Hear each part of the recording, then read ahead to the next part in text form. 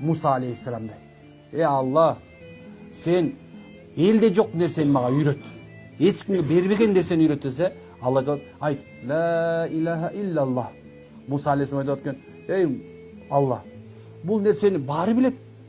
Башқаша берсе, ла илаха иллаллах. Musa, білгін.